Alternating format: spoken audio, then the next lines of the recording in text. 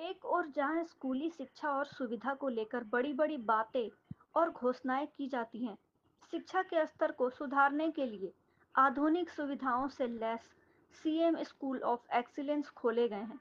वहीं दूसरी ओर बरवड्डा स्थित राजकीय मध्य विद्यालय में मूलभूत सुविधाओं की भारी कमी है। स्कूल में छात्र-छात्राओं और शिक्षकों को बुनियादी जरूरतों के लिए भी संघर्ष करना पड़ रहा है। प्राथमिक शिक्षा में सुधार के लिए सरकार हर संभव प्रयास कर रही है, लेकिन स्कूलों के जर्जर भवनों की मरम्मत का कार्य नहीं कराया जा रहा है। ऐसे में बच्चे जर्जर स्कूल भवन में पढ़ने को विवश हैं।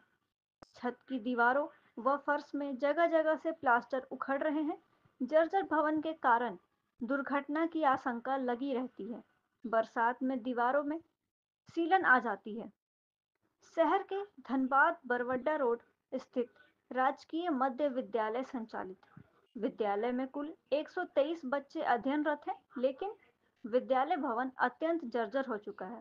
इस कारण बच्चे जान जोखिम में डालकर पढ़ने को मजबूर हैं। विद्यालय का भवन इतना अधिक जर्जर हो गया है कि कभी भी पूरा भवन गिर सकता है और बड़ी अनहोनी हो सकती है।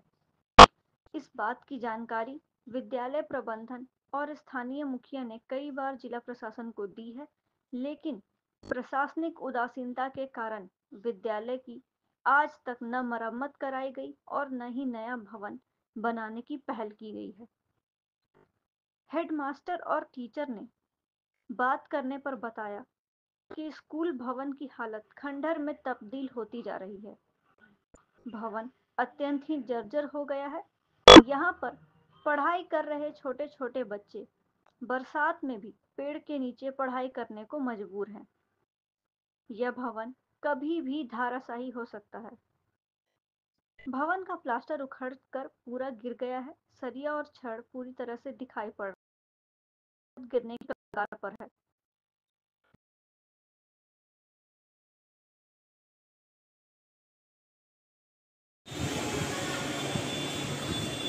ये जमा हुआ था 11/3/25 को।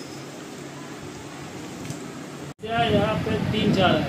पहली सबसे बड़ी समस्या है कि विद्यालय का जो भवन है बहुत ही पुराना है और छत पुराना होने के चलते लगातार 3-4 दिन बारिश होने के बाद सारे कमरों की छतों से पानी चूना शुरू हो जाता है और पानी चूने के कारण बच्चों की बैठने की जगह कम पड़ जाती है और पाठ्य पुस्तकें या अन्य सामग्री बेंच डेस्क वगैरह पानी में भीगने के कारण नष्ट खराब हो जाते हैं।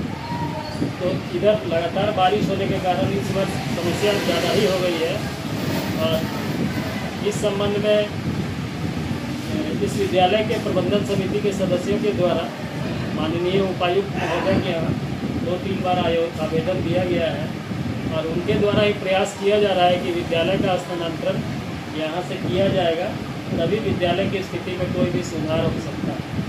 सड़क के किनारे रहने के कारण हमेशा दुर्घटना की आशंका बनी रहती है ना, और इतना कम स्थान है इस विद्यालय के परिसर में कि खाना जो है बाहर खुले में बनाना पड़ता है। प्रार्थना सभा और खेलने का कोई स्थान जगह नहीं है। शौचालय वगैरह बहुत पुराना है। नया एक भी शौचालय का निर्माण कराने लायक भी भूमि इस विद्यालय को उपलब्ध नहीं है।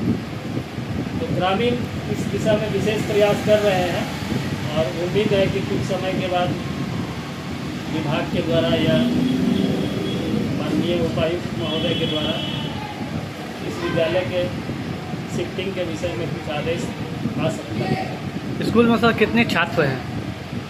वर्तमान समय में विद्यालय में कुल छात्रों की संख्या है 123।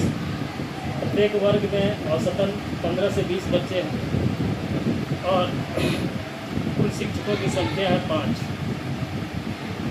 5 शिक्षक एक वर्ग में 2-2 क्लास के बच्चों को बैठाते हैं एक कमरे में और उचित तरीके से पठन पाठन करते हैं, लेकिन बरसात में विशेष कठिनाई हो जा रही है। बारिश के दौरान बच्चे कैसे पढ़ाई कर रहे हैं? क्लासरूम की क्या स्थितियाँ हैं? पानी के कारण समस्या होती है और दूसरा एक और है कि बारिश के समय अगर बिजली कट जाती है तो 2-3 रूम में अंधेरा हो जाता है। तो न किताब दिखता है, न कॉपी में लिखा हुआ पढ़ पाता है बच्चा। बहुत ही ज़्यादा कठिनाई होती है। बिजली भी यहाँ पे नहीं है क्या? बिजली है, लेकिन बिजली का तो कभी कभार कट जाती है ना, उस समय बच्चे या शिक्षक डिस्टर्ब हो जाते हैं। उसका कुछ अल्टरनेटिव व्यवस्था नहीं है बिजली की? बिजली का अल्टरनेटिव व्यवस्था तो कुछ नहीं है, लेकिन चूँकि पुराने समय का भवन है, जो खिड़कियाँ हैं बहुत छोटी छोटी, और खिड़कियों के बगल में ही निजी मकान है कुछ लोगों के, जिसके कारण सूर्य की रोशनी डायरेक्ट कमरे में नहीं आ पाती है, तो रोशनी का अभाव होता है। क्या नाम है सर आपका? मेरा नाम सुरेश कुमार सिंह है।